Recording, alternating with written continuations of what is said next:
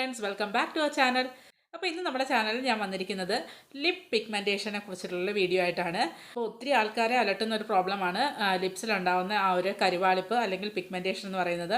അപ്പോൾ അതിൻ്റെ കോസസ്, അതിനുള്ള ട്രീറ്റ്മെൻറ്റ്, അത് വരാതിരിക്കാനുള്ള റെമഡീസ് ഒക്കെയാണ് ഇന്നത്തെ ഈ വീഡിയോയിൽ ഞാൻ പറയാൻ പോകുന്നത്. So without getting further delay, let's get into the video. ഞാൻ നേരത്തെ പറഞ്ഞതുപോലെ ലിപ്സിലുണ്ടാകുന്ന പിഗ്മെൻറ്റേഷൻ വളരെ കോമൺ ആയിട്ടുള്ള ഒന്നാണ്. അപ്പോൾ ഇത് ഉണ്ടാവാനായിട്ട് പല കോസുകളുണ്ട്. ഇത് മെയിനായിട്ട് എന്തുകൊണ്ടാണ് ഉണ്ടാകുന്നതെന്ന് വെച്ച് കഴിഞ്ഞാൽ നമ്മുടെ ലിപ്സിൽ മെലനിൻ പ്രൊഡക്ഷൻ അധികമായിട്ട് നടക്കുന്നത് കൊണ്ടും മെലനിൻ ഡെപ്പോസിറ്റ് അധികമായിട്ട് നടക്കുന്നത് കൊണ്ടാണ് നമുക്ക് ലിപ്സിൽ പിഗ്മെൻറ്റേഷൻ ഉണ്ടാകുന്നത്. അപ്പോൾ നമുക്ക് ഈ ലിപ്സിൽ പിഗ്മെൻറ്റേഷൻ ഉണ്ടാകാനുള്ള കുറച്ച് മെയിനായിട്ടുള്ള കാര്യങ്ങൾ എന്തൊക്കെയാണെന്ന് നോക്കാം. ആദ്യം ഫസ്റ്റ് തന്നെ പറയുകയാണെങ്കിൽ സ്മോക്കിംഗ്. അതെ, നമ്മുടെ ലിപ്സിൽ പിഗ്മെൻറ്റേഷൻ ഉണ്ടാകാനായിട്ടുള്ള ഏറ്റവും മുഖ്യമായിട്ടുള്ളൊരു കാരണം സ്മോക്കിംഗ് എന്നാണ് പറയപ്പെടുന്നത്. അതിനർത്ഥം ലിപ്സിൽ പിഗ്മെൻറ്റേഷനുള്ള എല്ലാ ആൾക്കാരും സ്മോക്ക് ചെയ്യുന്നു എന്നല്ല, എന്നാലും ഒട്ടുമിക്ക ആൾക്കാരെ നോക്കുകയാണെങ്കിൽ സ്മോക്കിംഗ് ഉള്ളവർക്കാണ് ഈ ഒരു ലിപ്സിൽ പിഗ്മെൻറ്റേഷൻ അധികമായി കാണുന്നത്. അപ്പോൾ ഈ സ്മോക്ക് ചെയ്യുന്നവരിൽ ലിപ് പിഗ്മെൻറ്റേഷൻ ഉണ്ടാവാനുള്ള മെയിൻ റീസൺ എന്ന് പറഞ്ഞാൽ സിഗരറ്റിൽ അടങ്ങിയിരിക്കുന്ന ടൊബാക്കോ, നിക്കോട്ടിൻ പോലെയുള്ള ഐറ്റംസ് ആണ്. അപ്പോൾ ഈ ഒരു ഐറ്റംസ് വന്നിട്ട് നമ്മുടെ സ്കിന്നിൽ അല്ലെങ്കിൽ നമ്മുടെ ലിപ്സിൽ മെലനിൻ പ്രൊഡക്ഷൻ ട്രിഗർ ചെയ്യുകയാണ് ചെയ്യുന്നത്. അതായത് മെലനിൻ ഉൽപ്പാദനം ഭയങ്കരമായിട്ട് കൂട്ടുകയാണ് ചെയ്യുന്നത്. അതുമൂലം തന്നെയാണ് നമുക്ക് ഈ ഒരു ലിപ് പിഗ്മെൻറ്റേഷൻ അധികമായിട്ട് ഉണ്ടാവുന്നത്. അതുമാത്രമല്ല, പിന്നെ ഈ സ്മോക്കിൽ നിന്നുണ്ടാകുന്ന ഹീറ്റ് ഒക്കെ നമുക്ക് ലിപ്സിൽ പിഗ്മെൻറ്റേഷൻ വരാനായിട്ടുള്ള ഒരു റീസൺ ആണ്. ഇനി സെക്കൻഡ് റീസൺ നോക്കുകയാണെങ്കിൽ മെഡിക്കേഷൻസ്.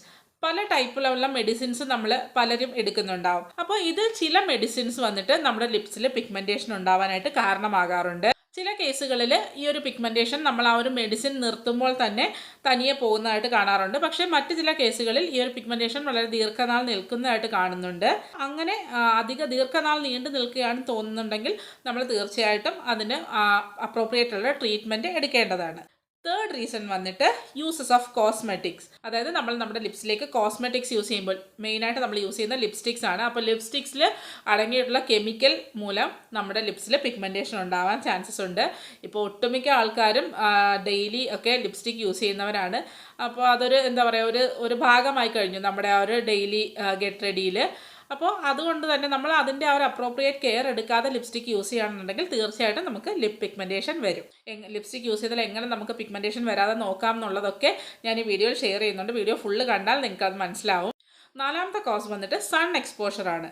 നമ്മുടെ ലിപ്സിലുള്ള സ്കിൻ എന്ന് പറഞ്ഞാൽ ഭയങ്കര ഡെലിക്കേറ്റ് ആണ്. അപ്പോൾ ഈ ഒരു ഡെലിക്കേറ്റ് സ്കിന്നിലേക്ക് ഡയറക്റ്റ് ആയിട്ട് സണ്ണിൽ നിന്നുള്ള UV റേസ് വന്ന് പതിക്കുമ്പോൾ തന്നെ ഒരുപാട് മെലനിൻ ഉൽപ്പാദനം ഉണ്ടാവുകയും അതുമൂലം തന്നെ നമ്മുടെ ലിപ്സിൽ ഭയങ്കരമായിട്ടുള്ള പിഗ്മെൻറ്റേഷൻ ഉണ്ടാവുകയും ചെയ്യും. ഇനി നെക്സ്റ്റ് റീസൺ, അത് ഫിഫ്ത്ത് റീസൺ വന്നിട്ട് ജെനറ്റിക്സ് ആണ്. ഇപ്പോൾ നമ്മൾ ഈ പറഞ്ഞതൊക്കെ തന്നെ, ഇപ്പോൾ ഇതിന് മുൻപ് നമ്മൾ പറഞ്ഞ റീസൺസ് ഒക്കെ തന്നെ നമുക്ക് പുറമേ നിന്ന് അഫക്റ്റ് ആയിട്ട് നമ്മുടെ ലിപ്സിലേക്ക് പിഗ്മെൻറ്റേഷൻ ഉണ്ടാവുന്ന റീസണാണ്. പക്ഷേ ഇനി പറയാൻ പോകുന്നത് നമുക്ക് ഉള്ളിൽ നിന്ന് ഉണ്ടാവുന്ന റീസണാണ്. അതായത് മെയിൻ പ്രോബ്ലം എന്ന് പറഞ്ഞാൽ ജെനറ്റിക്സ് തന്നെയായിരിക്കും. പലർക്കും പാരമ്പര്യമായിട്ട്, അതായത് നമ്മുടെ മുൻ തലമുറയിലുള്ളവർക്കൊക്കെ ഇങ്ങനെ ഈ ഒരു ലിപ്സിലുള്ള പിഗ്മെൻറ്റേഷനോ അല്ലെങ്കിൽ ഡിസ്കളറേഷനോ ഒക്കെ ഉണ്ടായിരുന്നിരിക്കും. അപ്പോൾ അങ്ങനെയുള്ളൊരു പാരമ്പര്യം നമ്മുടെ ജീനിലൂടെ വരുന്നതാണ് നമ്മുടെ ലിപ്സിലെ പിഗ്മെൻ്റ് എന്ന് പറയുന്നത്. ഇതൊക്കെയാണ് നമ്മുടെ ലിപ്സിൽ പിഗ്മെൻ്റ് ഉണ്ടാവാനുള്ള ചില കാര്യങ്ങൾ. ഇത് മാത്രമല്ല, മറ്റു പല റീസൺ മൂലവും നമ്മുടെ ലിപ്സിൽ പിഗ്മെൻറ്റേഷൻ ഉണ്ടാവും. അപ്പോൾ നമ്മൾ മെയിനായിട്ട് കണക്കാക്കപ്പെടുന്ന ചില റീസൺസ് ആണ് നമ്മളിവിടെ പറഞ്ഞത്. ഇനി നമുക്ക് ഇതെങ്ങനെയാണ് നമ്മൾ ട്രീറ്റ് ചെയ്യുക എന്നുള്ളത് നോക്കാം. അതായത് ലിപ് പിഗ്മെൻറ്റേഷൻ നമുക്ക് എങ്ങനെ റെഡ്യൂസ് ചെയ്യാം എന്നുള്ളത് നമുക്ക് നോക്കാം. ഇന്നത്തെ കാലത്ത് നമ്മുടെ ലിപ്സ്, അതായത് പിഗ്മെൻറ്റേഷൻ ഒക്കെ റെഡ്യൂസ് ചെയ്യുക അല്ലെങ്കിൽ ലിപ്സ് ലൈറ്റനിങ് ചെയ്യാൻ വേണ്ടിയിട്ട് ഒരുപാട് ട്രീറ്റ്മെൻറ്റ്സ് അവൈലബിൾ ആണ്. അതായത് ലേസർ, പീൽസ് പോലെയുള്ള ഒരുപാട് ട്രീറ്റ്മെൻറ്റ്സ് നമുക്ക് അവൈലബിൾ ആണ്. പക്ഷേ ഇതൊക്കെ തന്നെ ചെയ്യുന്നത് നമ്മളൊരു സർട്ടിഫൈഡ് ആയിട്ടുള്ള ഒരു ഡെർമറ്റോളജിസ്റ്റിൻ്റെ അടുത്ത് നിന്നായിരിക്കണം എന്ന് മാത്രം. പിന്നെ ഈ ട്രീറ്റ്മെൻറ്റ്സ് ഒക്കെ അത്യാവശ്യം കോസ്റ്റ്ലിയുമാണ്. അപ്പോൾ നമുക്ക് ചിലർക്ക് അതൊന്നും അഫോർഡ് ചെയ്യാൻ പറ്റില്ല. അപ്പോൾ മാക്സിമം നമ്മൾ നാച്ചുറൽ ആയിട്ടുള്ള പ്രോഡക്ട്സ് അല്ലെങ്കിൽ നാച്ചുറൽ ആയിട്ടുള്ള റെമഡീസ് ട്രൈ ചെയ്തതിന് ശേഷം അതൊന്നും വർക്ക് ആകുന്നില്ല എങ്കിൽ മാത്രം നമ്മൾ ഒരു ഡെർമറ്റോളജിസ്റ്റിനെ കാണുക എന്നുള്ളതാണ് ഇതിലേറ്റവും നമുക്ക് ചെയ്യാൻ പറ്റുന്ന ഒരു കാര്യം. അപ്പോൾ നാച്ചുറൽ ആയിട്ടുള്ള കാര്യങ്ങളെന്ന് പറഞ്ഞു കഴിഞ്ഞാൽ നമുക്ക് നാച്ചുറലായിട്ട് നമ്മുടെ ലിപ്സിൽ അപ്ലൈ ചെയ്യാവുന്ന, അതായത് പിഗ്മെൻറ്റേഷൻ റെഡ്യൂസ് ചെയ്യുന്ന കാര്യങ്ങളൊക്കെ, ഇൻഗ്രീഡിയൻസ് ഒക്കെ യൂസ് ചെയ്ത് നമുക്ക് ലൈറ്റൻ ചെയ്യാമെന്നുള്ളതാണ്. അതായത് ബീറ്റ്റൂട്ട്, അതുപോലെ തന്നെ അലോവേറ, പിന്നെ ടേമറിക്, അതുപോലെ പോമോഗ്രാനൈറ്റ്, ഇതൊക്കെ തന്നെ നമ്മുടെ ലിപ്സിനെ ലൈറ്റൻ ചെയ്യാൻ സഹായിക്കുന്ന ഇൻഗ്രീഡിയൻസ് ആണ്.